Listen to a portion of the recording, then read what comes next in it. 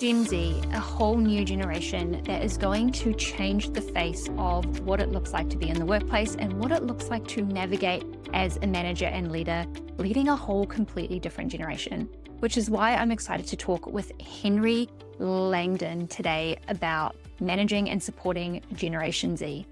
Henry is the founder of Udamon, a company redefining workplace learning through co-created immersive experiences that move beyond outdated top-down instruction. Udamon's expert-free approach replaces distant experts with co-creation, near-peer learning, and hands-on simulations rooted in real challenges. Traditional training talks at learners instead of involving them. Gen Z filters out corporate jargon and questions distant authority figures. They don't just want to be taught, they want to engage, experiment, and learn from people they relate to and can realistically see themselves becoming. When learning becomes relevant and personal, they take ownership of their development and step into new roles with confidence. Henry has designed digital university curriculums and partnered with global organizations like Siemens, PwC, and Barclays to transform how young professionals enter the workforce. He's also passionate about adventure, personal development, and the psychology of learning, which fuel his drive to push the boundaries of L&D. I'm really excited for this conversation with Henry because I know that I am still trying to navigate and figure out how to show up in this world where Generation Z are just transforming and changing so much. And I'm looking forward to hearing what Henry has to say about how we can lead and support Gen Z in a more productive, empowering, and successful way. So here, let's jump into the conversation with Henry. Hey, Henry, I'm really excited to have this conversation. And we only just met. Love that about the internet. Love that about LinkedIn. And I love everything that you share on LinkedIn about Gen Z, about how we can get the best out of them, how they can step into the workforce in a really empowered way. So I'm really looking forward to having this discussion with you. But first of all, why the focus on Gen Z and how to make learning experiences at work for them? Why did you choose this path? Yeah, it's definitely something I ask myself every so often when we're talking about these different themes, because I don't have a particular answer other than that I fell into supporting this generation while I was at university. I wanted to be an academic historian. And then whilst I was sort of going on that path, I helped set up a volunteering initiative which connected UCL undergrads with students in their sort of early teens. And that really lit a spark for supporting young people at school who were perhaps not from the typical backgrounds that got into top universities and top careers. And it could have sent me on this journey of working in schools and empowering disadvantaged, underrepresented students to access historically elite universities and careers. And I'd never really associated them as Gen Z or Gen Z. They were just young people when I was in my early 20s. And then fast forward a few years, lots of the students that I'd been working with who I'd supported through their schools and into really top universities, Oxford, Cambridge, all the kind of golden ticket places where once you get in, supposedly life really makes sense after that as a sort of ticket to all sorts of exciting things. They were all struggling, really struggling with the transition into work. They were either in their first job or trying to find their first job. And despite having top grades, top of their class, top of the university, they were really struggling with that transition. So it boiled down to two things. One, they just didn't have the kind of insight and tools to navigate that transition. And two, the world had become really chaotic and really fast moving and really unstable. And the world they'd come from, education, had given them a map that just didn't translate into the world of work. And so I could have felt that was the next kind of frontier. And I'd struggled with my own transition from school, from uni to work. And as we all have exactly, like, I felt like if I found this hard, I can't imagine what these guys are going through, because I'd seen how they'd been taught at school and the complete focus on top-down, test-driven learning versus what they really needed for the world of work. So to go back to your question, that's why I got into this particular area, through just following the problems that I saw in front of me. I love that. And when you realized that they were struggling, what were the key struggles? What were the predominant struggles that you noticed, or that were the themes that were coming up that really sparked this for you? A complete lack of the tools needed to navigate uncertainty, and a complete lack of authentic self-awareness, and a kind of frustration with what they'd been taught and what they'd expected the world of work to be like to some extent, and what the reality was. Yeah, I'd say those are the Mhm. things that most struck me, because if you talk to anyone who works in schools for the past 20 years, they'll say that schools and education has increasingly become more strict. There's much more accountability on schools to achieve certain grades and to achieve certain numbers of students getting to particular types of universities. So everything's become way more top down and test driven. And so that has just exacerbated a lot of these issues. Mm. And I would even say that a lot of schooling has become irrelevant. Would you agree? Because how many jobs are we dealing with now that didn't exist 3 years ago, let alone 5 years ago, let alone 10 years ago? And we're still in a schooling system that is the same. Yes, they've incorporated the use of technology as part of that, which is great.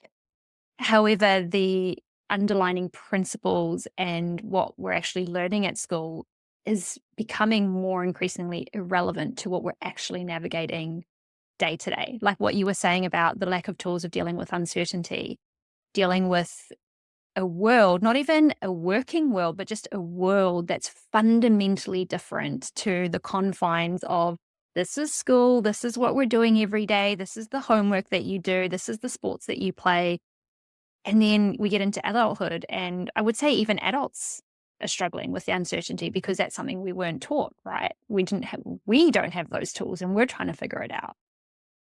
Yeah, completely. And I would say the thing with schools, so people of a certain generation, so older millennials and Gen Xers, boomers, we all would have experienced school as like the content being somewhat irrelevant. You It's love a whole different separately, thing. Yeah. probably. But let's just say Shakespeare and T.S. Eliot and whatever else I've forgotten I learned at school just hasn't really translated into my work life. But at least there was a certain level of freedom to experiment and fail, and also be allowed to fail, and a certain level of latitude in your day that you could explore a bit. Whereas now at school, because the world's become so uncertain, so chaotic, and because there's so many issues, particularly in the UK, around people not being skilled for particular jobs, schools become way more strict, Mm. predictable, certain, straightforward, to mitigate against the fear of uncertainty that the outside world represents. But what that's done is the best intentions of trying to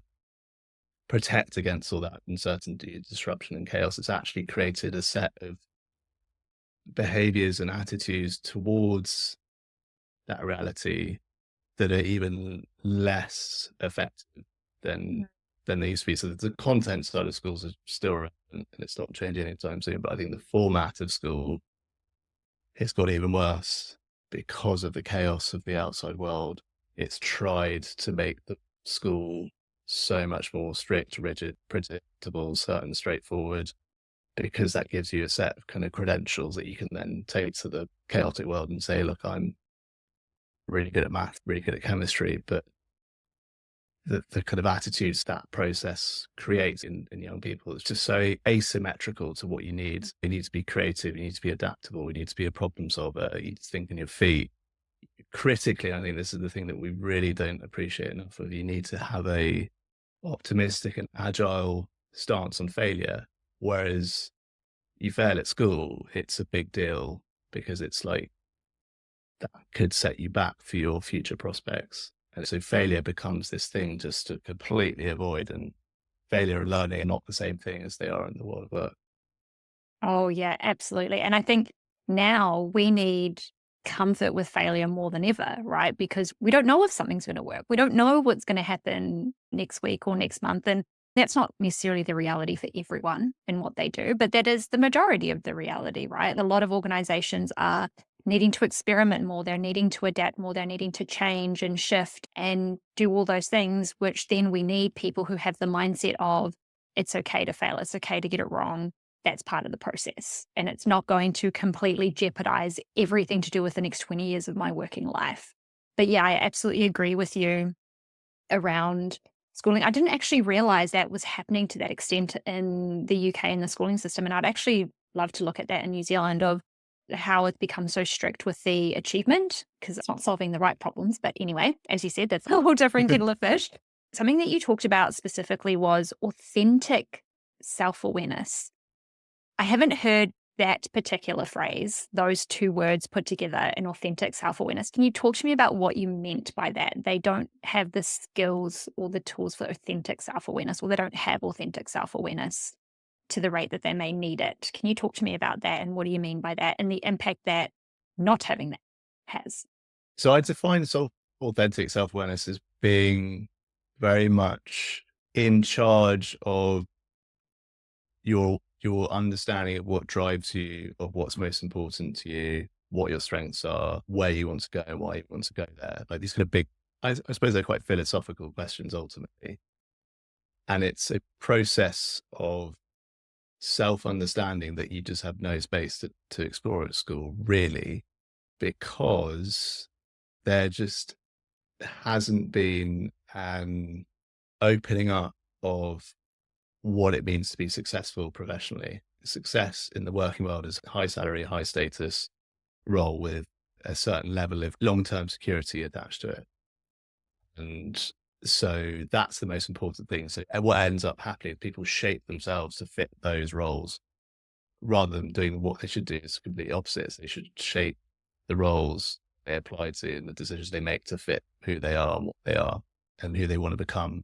When I was working, for instance, with one of the first groups I worked with, lots of Oxford and Cambridge undergraduates and graduates, they just had the world's best education, kind of English literature and history and science and natural sciences and things like that. But their jaws would drop to the floor when we talked about, okay, so these are what values are.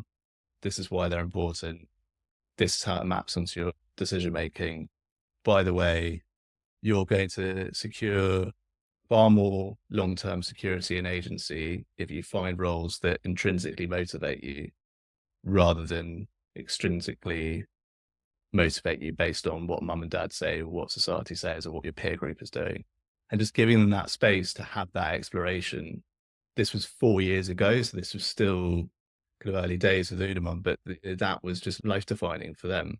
So that's what I mean by authentic self-awareness, because I think you can have a self-awareness as I'm good at these things and I have these skills and that means I could apply for these jobs, but that's very surface level and it's very predicated on kind of assumptions that you haven't really stepped back from and interrogate like, what does success mean to me?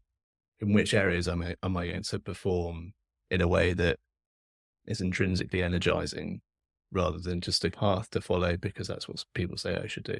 Yeah, I love that. And when you framed it up as what you meant by that, I was like, oh, yes, absolutely get that. Because I've got a grad program that I run in New Zealand called Thriving New Professionals. And the first module is personal vision, values, and identity. What are your values? Who am I? What do I actually truly deem the most important to me? Another aspect is how do I want to feel? How do I want to feel in my work? How do I want to feel in my career? Because we're driven emotionally before we're driven logically. So do we actually know that? Do we know what it is we want to feel as an experience? And then that identity piece is who am I and how am I showing up and who do I want to be? When I run people through that, these are new professionals in those first 4 years of their professional working life. It's that same experience of that jaw drop of what do you mean? What do you mean I can decide these things? What do you mean I need to know what these things are? What you said about learning to go for roles and careers and goals that are intrinsically connected to you, intrinsically motivating is so important. Otherwise, we get to our midlife crisis and be like, what am I doing? Like, what do I hate my life? What do I hate my work? It's because we've been doing extrinsic focus goals and work and things like that. And I love that connection of authentic self-awareness because, yes, I agree. Being self-aware can be very surface level and it can be just a means to get to our next step. But that authentic piece is so critical. It's actually asking those deeper questions of who am I? And who do I want to be and what is really important to me so that I can make decisions that are genuinely aligned with that. And I think a big part is Gen Z starting to realize that those are the questions that they need to ask. And potentially that's what's causing a lot of the tension of What do you mean? Just get a job and just contribute, just do what you need to do, because that's what we were told. That's what we did. That's what Gen X did. That's what baby boomers did. And I think this has made them very unique, is that they are willing to question and challenge, and they do want things to be different. What is your perspective on that? So I believe that they are a very unique generation. They're the first generation that were completely raised with technology. Their whole experience of life is completely different. And what they want from work is potentially very different. So, why is it important that we pay attention to them and we actually take a lot of what they're bringing up, what they're showcasing, that we take that seriously? So this is why I set up Udamon, really, because I could see that this was a ticking time bomb for Gen Z and employers, because they present a double-edged sword in a sense. Like you say, they've grown up in a world of chaos and repeated disruptions being the latest one. But through the sort of period when they were at school, there were all sorts of, certainly in the UK, political disruptions, economic disruptions. So I would say millennials went into work with some aspirations to shake things up, and then drank the Kool-Aid and sucked it up and went with it. I feel like this generation is the first to really go, actually, no, this is my point of view on the world.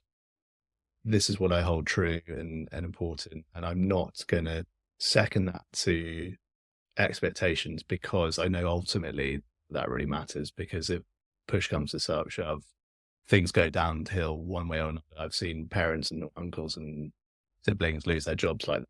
I've seen my parents lose their well-being and sort of verve and energy through that, and we just don't buy it anymore. I would say that's a reality that people really need to just accept is the new norm. But the upside of it, which is the other side of the coin, why it's a double-edged sword, is they've got incredible potential. They're so ambitious. They're so energetic. They've got so much verve for doing things differently. So whilst they'll challenge you, if you empower them, they'll achieve really amazing things very quickly, because of the kind of nature of their upbringing and what they've been able to learn and do quickly through social media, etc. So I think there's a huge potential to this generation that is untapped, because they can be so frustrating because they're challenging the status quo so much. And I think that's why we need a really supple and compassionate approach to managing them. I used to see this in schools. When I was at school, you got told to do something, and it was like, that's it, because I told you that whole thing, and you had to swallow it. That was just never part of, when I was working in school 10 years, that was just never part of our language. It was just not, you never said that, because it just isn't part of the way people are brought up anymore. Everything needs to be explained and justified and given a kind of clear, fair logic. And that's carrying through to the workplace like never before. Yeah, and I see that, and this is coming up huge in parenting. Really, people think it's permissive parenting when they think about gentle parenting. It's actually just treating them as a person, and not using that authoritative mechanism of control of, you do it because I tell you, you do it because I'm the adult, you do it because I know better. It's, you do it because this and this happens, or you do it because this and this is what we get, or because it's part of this process. And I've got a 2.5-year-old, so it's like triggering the hell out of me, because all my parenting stuff's coming out of, just do it. Yeah, exactly. Stop like asking me, and just stop like being defiant. I also saw this in the workplace before I had kids. I was like, why are we not just treating adults like adults? Why are we trying to use that authoritative view of just do it because I tell you to? This can also be the difference between managing and leading, of just trying to manage and control and trying to dictate, versus bringing people on the journey and explaining and making them part of the process. And I think that's what you're really saying here, right? It's Gen Z are demanding that. It's, no, you need to explain to me why this is important. Like, why should I care about this? Why does this matter? Like, why are we doing these things? And I was actually a lot like that. And that's why I didn't stay in jobs very long because a lot of people didn't like that. But if you just tell me and I can understand, I'm actually going to give you 1,000 times more than if you underhand me and not tell me. And I think that's one of the key things that we can take. And the other thing that I really love that you said, it's because of what they've had to navigate and what their mindset has had to really develop around, like that uncertainty, that chaos, that disruption. Their ability to adapt and essentially a lot of their resilience is very high, even though there are also the challenges of this generation of high anxiety and high worry and all of those things. Again, that double-edged sword that you were talking about. But we can get so much more out of them if we choose to see that. If we choose to go, okay, how do I actually utilize that? And how can leaders do that? Let's just, before you jump into the next question, let's just share some practicals. If you are a relatively new manager, or maybe you have just moved into a team that has a lot of Gen Zs, how do we start to get the most out of them? I think the first step really is to fully embrace the fact that because I told you, or you should work this out, and if you don't, perhaps we're not going to get along, logic that has defined a lot of workplaces that I've certainly been in, that peers have been in, that mentees I've worked with been in, that has to just be not even a point of consideration. I think the starting point now has to be really opening yourself up to being a coach. Sometimes coach is used as a sort of heuristic for a slightly more involved leader who might work on more than just ensuring that person in their team performs their task, but better, they might have a little bit more focus on their kind of personal development. But I think a coach, as we understand it now, for a Gen Z employee, it's about being frequent with your feedback, about being really open about how you're learning and making mistakes and what you're doing to work on yourself, what your blind spots are as an individual. We connect with people far more deeply when they're open about those sorts of things, as well as bringing out the best in ourselves. And I think if you could, it's going to depend on individual circumstances, things like that. If you can have that as a rule of thumb, that Gen Z doesn't need bosses, they don't need managers. They need coaches who guide and don't control them. They really respect people who admit mistakes and put their hands up and say, look, I'm not perfect. I've done this wrong. I'm a little bit unsure about this. What do you think? But also at the same time, being super decisive when push comes to shove. I think that's quite a tough balance. I've certainly seen it in schools where people try to be too much of the open, super friendly, everything's everyone kind of person. That can backfire, because then you can see it's lacking a bit of backbone. But I think if you can manage a kind of a balance there, and feedback isn't a kind of top down once a month, once every 6 months thing. It's a constant check in, see how people feel, see how people are doing, micro adjustments, being super open with what's working, what could be improved, not letting anything fester in a space of things not being made clear. That's a real recipe, because they're super anxious in terms of hybrid working, taking away the sort of water cooler moments when you're a little bit more in the sort of flow of what's going on in the office and how people are interacting. People can get quite isolated in hybrid working situations. So I think those three things: coaches, not bosses or managers; be super transparent and admitting your mistakes and your imperfections, but also be decisive and kind of someone that they want to follow. And then feedback is a constant drip thing, which is dialogic as well. So making sure you're receiving feedback as much as you're giving it. Yeah, I love those, particularly the where you're talking about being decisive. And that comes down to setting expectations, setting boundaries, and following through. One thing I do see a lot of is people who have had really shitty managers in the past, they try and overcompensate for that by being the opposite of that. Mm. If they've had a micromanager, or if they've had a really dictating manager or really authoritative, they'll overcompensate and they'll be like, quite laissez-faire. Yep, it's all good. Yep, everything's fine. But as you say, both of those are damaging. Being friends and not holding the line, that's damaging too. And so it is about finding that line between approachability versus authority. I'm still the manager. I'm still the leader. I'm still the person that sets the expectations, that tracks results, that we still need to deliver things. I'm here for you to come and talk to about what's going on. And, I do make mistakes and you make mistakes and we're going to work through that. Both of those things can be true at the same time. And that takes practice to find what that looks like. But also, one of the things that I talk about with leaders all the time, I'm like, just be open about it. Say, hey, look, I want to be a really effective manager for you. I want you to be successful. I want to get the best out of you. I want you to do your best work. And we need to deliver these things. We need to achieve these results. How do we do that together? What does that look like? How can I lead you effectively and you deliver? And I think both of those things can be true. Yeah, I love that approach.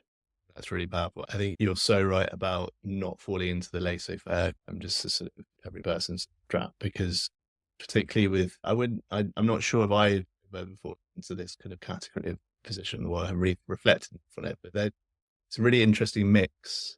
For instance, recently there was a poll done in the UK which came out with lots of shocking claims about Gen Z's preferences are. And there were things like the 35% prefer a dictatorship and whatever we got. I can't remember how the question was phrased, but they came out with a sequence of like fairly shocking statistics.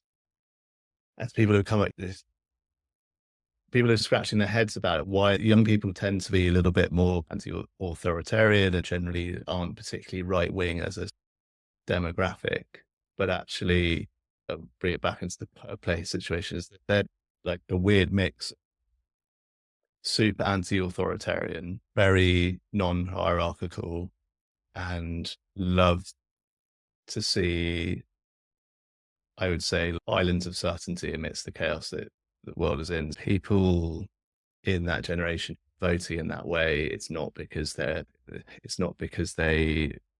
want a dictatorship. It's not because they want the country to become, or leaders to be particularly authoritarian or whatever. They just want a clear and certain environment in which to grow up and in which to perform. So if you can be someone that's super non-hierarchical, I'm going to talk to you on a level and I'm going to be open about my foibles and my weaknesses and mistakes I've made, but also be someone who is very decisive. They can feel like, okay, this is someone that's creating a path for us to all sort of stride forwards confidently.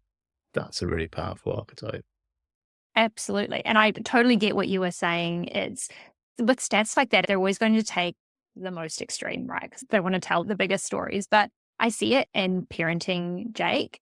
He thrives with structure and routine. We've got bedtime routine, we've got wake up routine. He knows what happens when, but outside of those, this is what happens at this time of the day. He wants to do his own thing. He wants to explore and he wants to be independent. And I know that this is how we make my oats, but I want to do this part. So I know that this is the structure of what we're trying to do, but I want to be independent in this part of that. And I think that's what you were trying to say, right? I want to have certainty around certain things so that I know what to expect here. And I want to have autonomy to do things around that. And that's not a lot to ask. It really isn't. If we talk about it in the context of the workplace, certainty is company objectives, team goals, what I need to deliver. Those are certainties. Great. I know what's expected of me. How I do it, I want flexibility. I don't want you to tell me exactly the 1, 2, 3, 4, 5 steps I have to follow, because what if there is a different way? What if there is a better way? What if that doesn't quite work with the way that my brain works and I want to do it slightly different, but I'm still going to get the same result? That's essentially what we're talking about, right? We want to have certainty pillars that's going to help me feel safe, that's going to help me feel secure, and I want to have room to play. I want to have room to experiment. I want to have room to be me within this context that's being driven by someone else. Would that be an accurate mirror back? Yeah, I think that's really nicely put. I think there's a part to that which probably doesn't get enough of a spotlight, which is the unwritten rules of the workplace and unwritten expectations and cultural norms and things like that. So that could fall into that kind of certainty, objectives, goals, things like that, company-wide strategy, etc. And then actually being a lot, like you were saying earlier, around that, let's have a really open conversation about shared expectations. This is what success looks like. All those sorts of questions, being super transparent and not expecting things to be figured out. In the UK, for instance, there are some issues with people who are working maybe like in certain industries, which historically haven't had people from their backgrounds in. And so I'm working with some individuals at the moment who like I don't know if this makes sense in a kind of Kiwi context, but like they're from like what we'd call council estates in the UK. So there's a public housing, low income background, and they're going state school, none of the kind of typical educational experiences or journeys that most people who work in like the financial services industry have experienced historically. Lots of people that I've been working with over the past few years have found just making sense of unwritten rules and expectations about how to behave in this way, what you should do, and how to like network and how to build relationships and all those sorts of things, which are taught in the UK, particularly through somewhat through osmosis of just growing up in the sort of high cultural capital areas and going to schools where these things are taught. That's just not part of you. If that's not part of your upbringing, then it's not going to be clear. That's a rule to follow when you get into work. Or it's not taught until the leadership level, when you start to get into leadership coaching and leadership development, where it's this is how you influence and this is how you do all those things. Yeah. In which case that's too late because exactly. They need. So I think we have to be way more transparent than perhaps feels normal.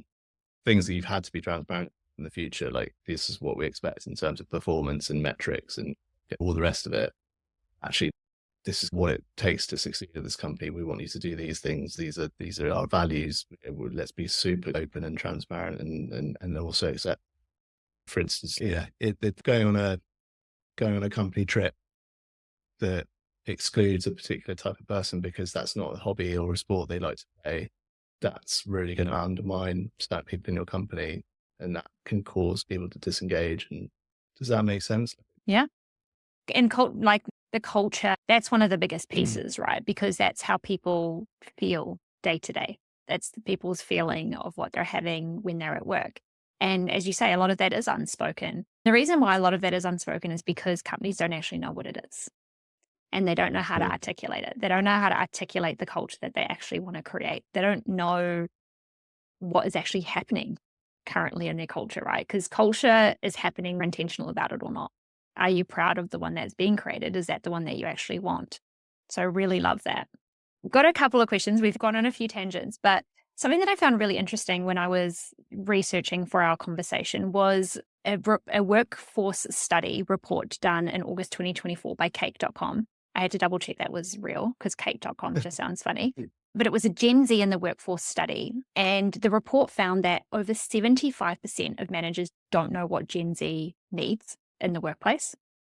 70% of managers think that they lack work ethic and communication skills. And then 45% of hiring managers say that Gen Z are challenging to work with. Quite scathing, not very nice stats. What are your thoughts on those? Do you agree with that? And what should leaders be doing to make these stats better? Yeah, that comes back to what we were talking about earlier they've grown up in a world that has had a particular set of expectations and ways of behaving and ways of communicating that just doesn't respond to the world of work. And this also assumes that people are going to communicate the way you expect them to without you being very upfront about how you expect to be communicated with. I've often had moments where I've had to pull someone up on the way they've communicated with me from that generation, and it's through no ill intent on their behalf. It's just a different kind of approach to what I've come to expect from people who are much more experienced. Never do it with a sense of frustration. It's just, hey, when you write an email, just make sure if it's the first time we've had a chat, reaching out to someone, just address them by their name and have a gracious opening and then perhaps an ending, like best wishes, just stuff like that, which is really simple because people have grown up writing text messages and sending WhatsApps and communicating. So that, I think a lot of it can be just a sort of like a lack of shared understanding of what good looks like. I think we need to be way more focused on the solution than the kind of problem with this stuff. So workplaces, because of these issues, need to be way more proactive about how they go about onboarding new talent, setting out expectations, being clear about what good communication and what good kind of like behavior looks like as well. Like that's a big thing, that people not sitting correctly in meetings and all this sort of stuff, which doesn't surprise me one bit, because for a lot of people, this isn't obvious when it has perhaps previously been obvious. So that's a big part of what I do. The Udamon is really tackle those issues by being much more open up front through learning experiences and through designing that content with employers and early talent to say, look, this is what we expect. This is what success looks like here. This is what great communication looks like, and not expecting people to figure it out because they just won't. And then it causes friction, reduces kind of the speed at which people can add value quickly to the company. People will feel like want to disengage because they don't feel like there's a sort of rapport being built. So yeah, I think that is it doesn't surprise me when you see stats like that, but I think there's two sides to that story. But I think the solution really is around people meeting in the middle and saying, this is what I wish I'd learned when I started my first job, but no one taught me, from someone who maybe is a few years ahead, and actually creating a kind of really open dialogue around it. I think the number, just do not expect people to figure it out. That's the really big thing. I agree with everything you said there. And I think the big part, honestly, people forget what it was like. I've been in the workforce, 20 years? If I think about when I had my first job, like in fast food. And when I got my first professional job in an office, I didn't know, because working in a fast food chain, working at McDonald's or working at New World, which is a supermarket, it's not the same as going into an office every day, knowing what to wear, knowing how to send emails, knowing how to sit down in a meeting and talk to a client or whatever. Those things were true for me. And I didn't grow up with TikTok and Instagram and texting all my friends, because it cost me 20 cents to text a friend. It wasn't free on unlimited plans. But all those things happened when I started work. And I can guarantee you that when boomers started work, the same thing would have happened. They would have had some other old person telling them, sit like this, do this, dress like this. Why did you turn up in those shoes? Like, all of these things would have happened at every single generation starting point, but we forget that because we are now here. We now have the experience. We now know what to do. And I see this happen like when I coached grads. I'm like, remove that CEO's title. Remove your managing director's title. Remove your manager's title. Remove the number of years that they're just a person who was once where you were. They were you, and they just don't remember that. Either because they blocked it out because it was horrific, or because it was good and easy, and it's not something that they've necessarily needed to remember because it was set up well for them and they did have it. They just happened to have a good manager, or they just happened to have a good company. And I think that's the key part here. It's the misunderstanding of expectations, like you were saying. I didn't know how to send emails when I got my first office job. I didn't know how to do that. And if you grew up in maybe middle class, higher upbringing, you maybe had your parents talking about those things, right? You maybe heard those through conversations, or when their friends came over and they talked about work and bosses. And yeah, so like you learned through osmosis, but that doesn't mean that everybody did. And so I think it's what you said around setting those expectations out really clear, and give the benefit of the doubt that people just don't know. If they do know, great, it's a reiteration of knowledge. It's a reiteration of what we expect of you. But for the people that don't know, great. Now they can learn. Now they can know. But I think one of the biggest things is we forget that we were all there. Completely. And I think the distinguishing element here with this generation is that you will more likely see a drop in engagement and enthusiasm and performance if two things, you don't make this stuff clear from the start. So therefore there's time for friction to emerge and create a sort of issue. If you don't address this stuff, people won't figure it out because there are other things to focus attention on. And with hybrid working, it won't be solved anywhere near as quickly as it used to be solved. You just have to be, again, going back to what we were talking about, be very transparent, very direct, very compassionate, and don't assume anything's clear unless it's made clear. Back in the day, we would have worked it out and figured it out and stumbled through for 3 weeks and got into our stride. That just doesn't really happen anymore. Those moments of figuring it out can actually negative emotions, feeling lost with unclear expectations, working a little bit at home and not having someone to quickly ask something, and all those different elements. Now more than ever, it's so critical to be super proactive and upfront. So absolutely. And I think also there isn't time to have that 3 weeks of stumbling and figuring it out. It's you got the job and you better be performing as soon as possible because there isn't time, right? Because we're in this state of we need to deliver, we need to make money, blah, blah, blah. So that's true for employers, definitely, but it's also true for employees more than ever, because those few weeks of stumbling through are actually quite painful for the, like, as in back in the day, that might have felt just part of the process, but actually back to education, coming from a place where you're very nurtured, everything's very clear, expectations, milestones, what you need to do, mark schemes, this is what the examiner's looking for, all these sorts of things are just like completely clear. Yes, true. So you're not used to navigating through a sea of ambiguous expectations and quite sort of unclear ways of things like that, period.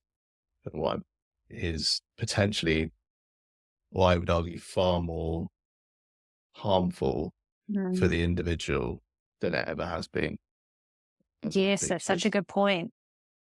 I think the key part as well, we're running out of time now, but you've spoken about what employers can do. So what leaders can do to get the best out of their Gen Z. So as Gen Z come into their workplace, how they can get the best out of them.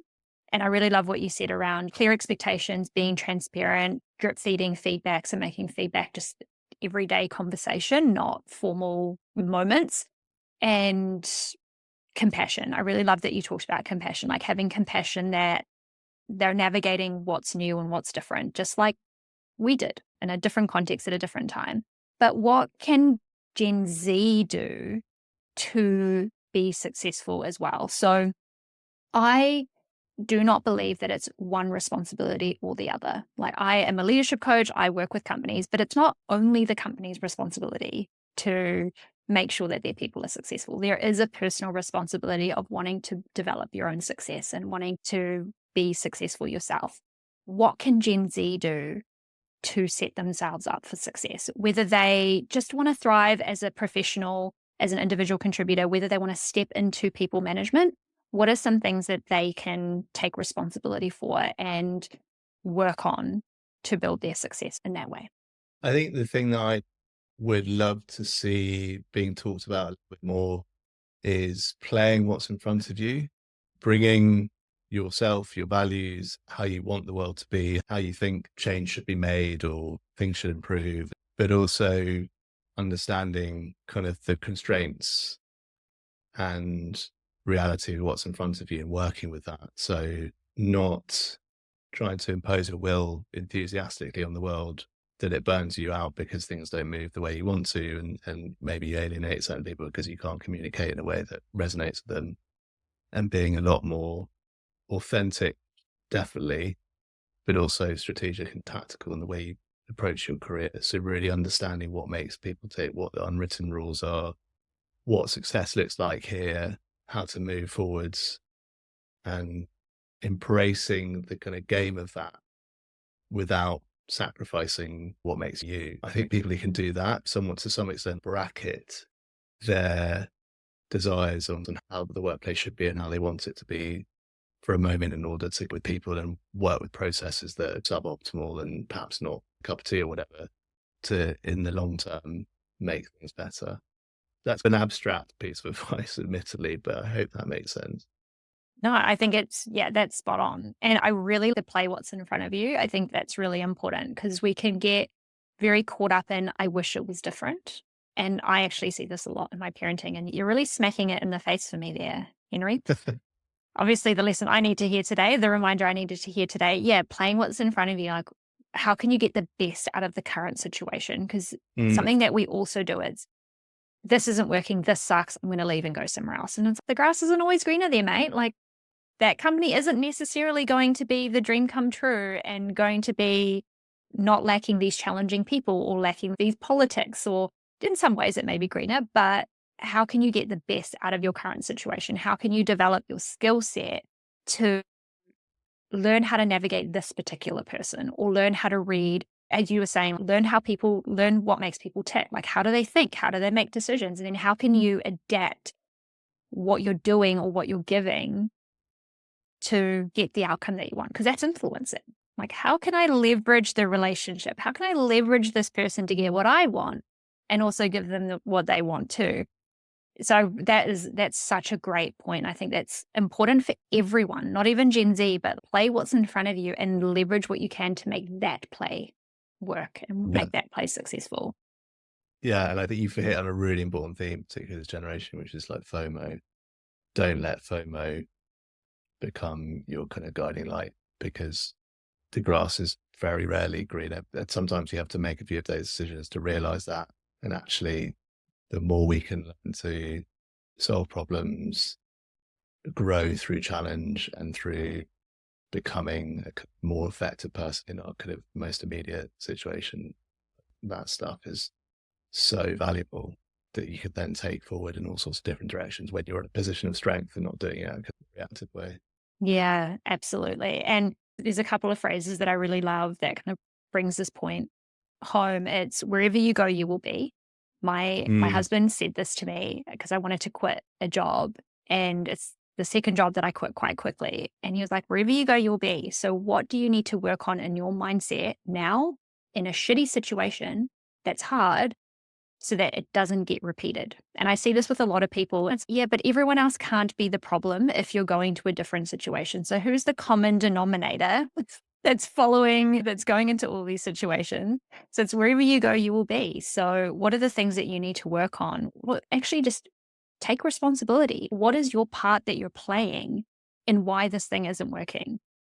And then the second mindset one that I play with as well is, are you unsafe or are you uncomfortable? Mm. Because if you're unsafe, absolutely leave. Get yourself out, look after yourself. But if you're uncomfortable, that's not necessarily a bad thing. And we need to learn to be uncomfortable and to see what we can get out of the discomfort. Because sometimes we can judge, and this can happen as well, because if we've grown up in lack of safety, lack of certainty, tumultuous environments, that knee jerk, this is unsafe. Like, that's a body response, but we need to challenge the brain and be like, am I uncomfortable? Is it that I just don't like this? But it's something that I actually need to work on. It's something that I actually need to learn so that it doesn't keep happening. So those are the two things that I play with a lot. I love both of those. Those are very wise. Really love them. How do you feel about energy? So we talked a little bit earlier about intrinsic motivation. So that's something I think particularly a leading, like, am I feeling good or am I not feeling good about the work I'm doing? And often if I'm not feeling good, then I feel like I want to leave. What would be your advice to someone who's kind of, because that's not unsafe and it's uncomfortable, but perhaps in a slightly disenfranchising way. So I'm all about energy. My husband's an energy healer, so it's a big part of our lives. But what I would say to that is, where is the feeling coming from, right? Is it the external is making me feel, or is it I genuinely feel this way about the thing? And so that's, again, it's like I'm always just trying to challenge the mind. It's like, where is all of this coming from? So it's, I really don't enjoy the work, or I'm feeling really unsupported, or I'm not getting recognized for the work that I'm doing. That can create that disenfranchised state, right? Because it's what I'm doing isn't equating to what I want out of it. I would just do the work of where is the feeling really coming from? And is there anything I can do to adjust it? Is there anything that I can do to influence this to change? So to help me to feel the way that I want to feel. And I think one thing here that's really important is you need to know how you want to feel before you can identify that you don't feel it. Because I Mm. think often people will be like, this doesn't feel good, or I don't like the way that this feels. I'm like, okay, what do you want to feel? I don't know, but not this. I'm like, okay, but what do you want to feel? Like, we need to learn to do that. Like, we need to articulate what we actually want to feel. And this is a process that I go through with people around the emotions is, how do I want to feel? Or how do I feel when I'm successful? And how do I feel when I'm not successful? Or how do I not want to feel? But I might from time to time, right? I don't want to feel discouraged. I don't want to feel unsupported. I don't want to feel paralyzed, but I might feel those things time to time. So what am I going to do if those feelings come up? But then also, if I want to feel these things, what am I doing to help generate those emotions? Because this is also the other thing that every person, not just Gen Z, but every person needs to be careful that they're not making how they feel conditional on other people or external things. Because if we make how we feel consistently conditional on when this happens or when we're always going to be out of control. We're always going to feel a sense of lack of control of what we're feeling and what we're doing to create that feeling. And I've worked with people that said, this doesn't feel good. I'm like, okay, talk me through what doesn't feel good. What is it? Is it thoughts? Is it actions? Is it inaction? Is it yours? Is it someone else's? And really needing to dig into that before you can make the best next choice of, do I need to leave? Do I need to look for something else? Do I need to have a conversation? Do I actually just need to shift something in the way that I'm seeing this? And that'll actually change the way that I feel about it. So yeah, that's a process that I don't ever see these things as black and white of like, this doesn't feel good, I'm not going to do it. Because I think that there is a harm in being too intuitive sometimes of, I don't feel like doing this, I'm not going to. But we know that it'll actually help us. It'll move us towards where we want to go. So the feeling shouldn't be the driver necessarily. Just went on a bit of a tangent. No, and how do you feel about the fact that lots of worthwhile things don't feel good for a while?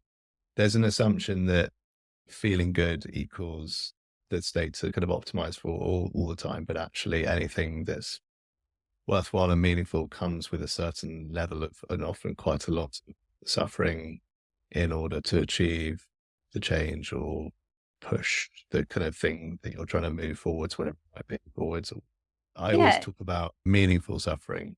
The ancient Greeks had this term called eudaimonia, which translates roughly to our word for fulfillment, but it implies within it that the most worthwhile tasks will come with a fair amount of challenge, suffering, feeling wounded, tired, enervated, etc.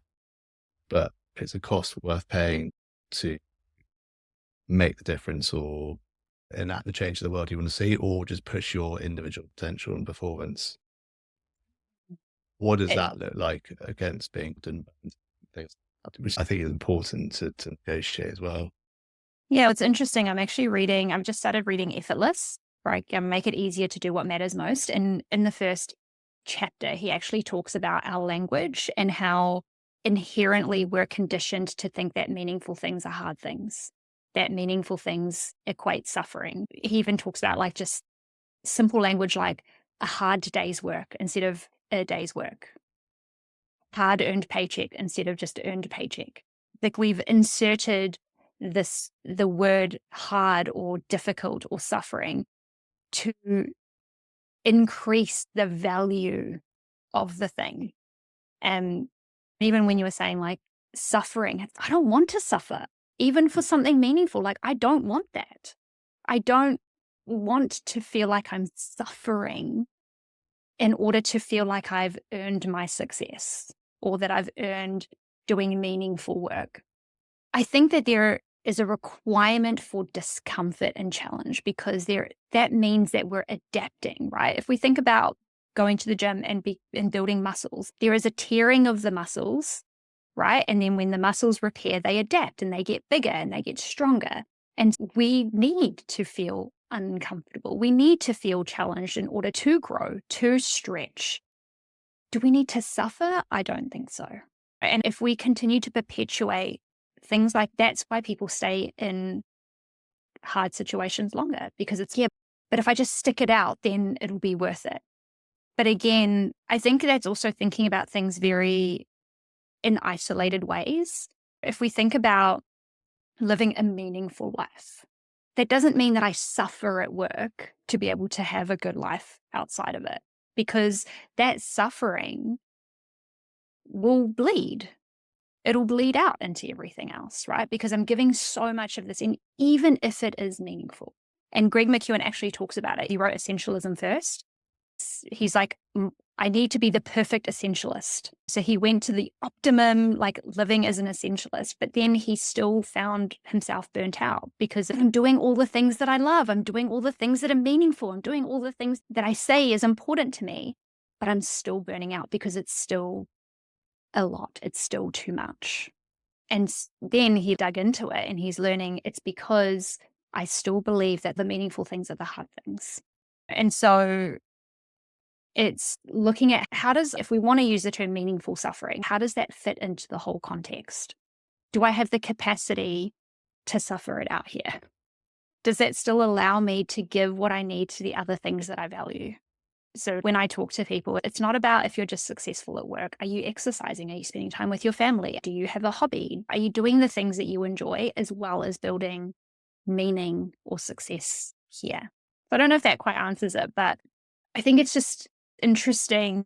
I think we're getting to a point, and I think millennials started this where they really started to question, what is the meaning of all of this? Is this just what my life is? Is this just what I'm doing? And then Gen Z are really driving it home of, I want to have meaning and I want to live a full life and I want to have all of these things. And I really want to challenge what I want from work and life and all of that. And I think it's about understanding who you are, what is valuable to you, and then how do you create that in a way that is connected to you. Because if I think about building a business, it's hard. Like it is hard and it's uncomfortable. I'm constantly having to do things that I don't want to do, like send proposals and pitch and all of those things. But it allows me to have the freedom to have with my son. It allows me to have the time to have with him and to enjoy the things that I want to enjoy. So that fits, but I'm not suffering. I'm not doing it to the point where I'm struggling and I'm not feeling fulfilled elsewhere. So I don't know. I don't know if that answered that. Yeah, it's like on balance. I think one will definitely have days where you feel like you're on the back with your energy and well-being and things aren't quite going the way you want them to. And it's about zooming out and seeing whether that makes up the bulk of your days or a day every so often and being honest with yourself about that. Exactly. Yeah, because burnout it's not just feeling tired today.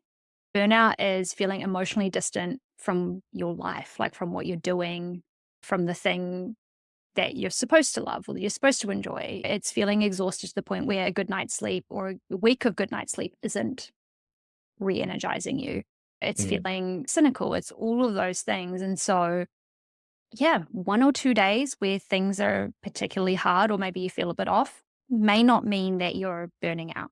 It may mean that, hey, something like, as you say, a little bit out of balance, you're not eating enough food or you're not getting enough sleep or you're not doing things that you enjoy, or maybe you're just working too many hours this particular week.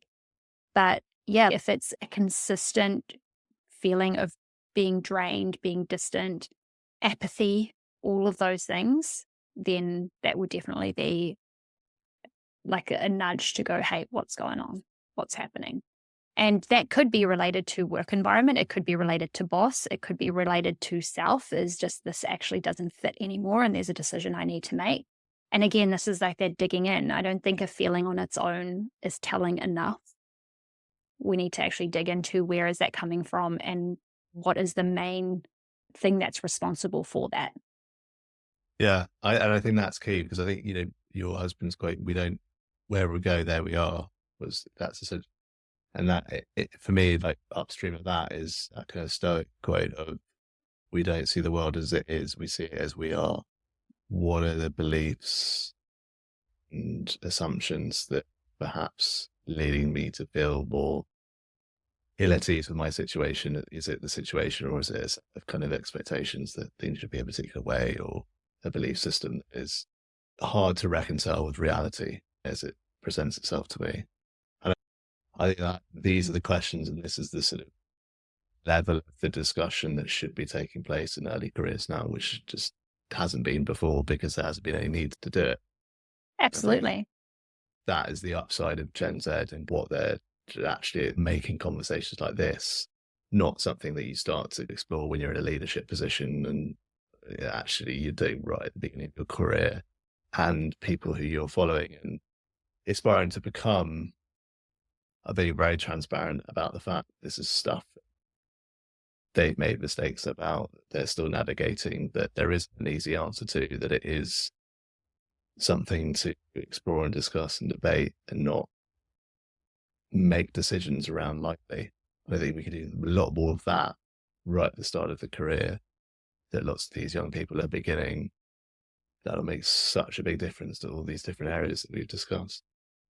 Absolutely. And I think this is the foundational stuff, because even if you learn it at the beginning of your career, it's going to evolve the way it shows up at different stages, in different roles, in different companies, and it'll just continue to with you because you'll continue to evolve. And yeah, I think it's both the responsibility of the individuals. How can I set myself up for success? Who do I need to talk to? What do I need to learn? What can I access?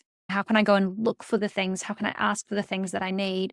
And also the responsibility of the organization of, you're investing in these people through their salaries. Why not set them up with what they need, both like mentally in terms of their mindset? How's their mindset getting set up? How are they going to deal with things? And with the physical toolkit around some of the things that we talked about, like writing emails and showing up in a meeting and doing those things. So I know this has ended up being like such a long episode. Thank you so much, Henry. These have just been amazing conversations. And I think that they're quite cool to do some kind of a panel episode with a few people in this space, and maybe even just some Gen Zers. Can you give us a deep dive into your actual mind? That could be quite interesting.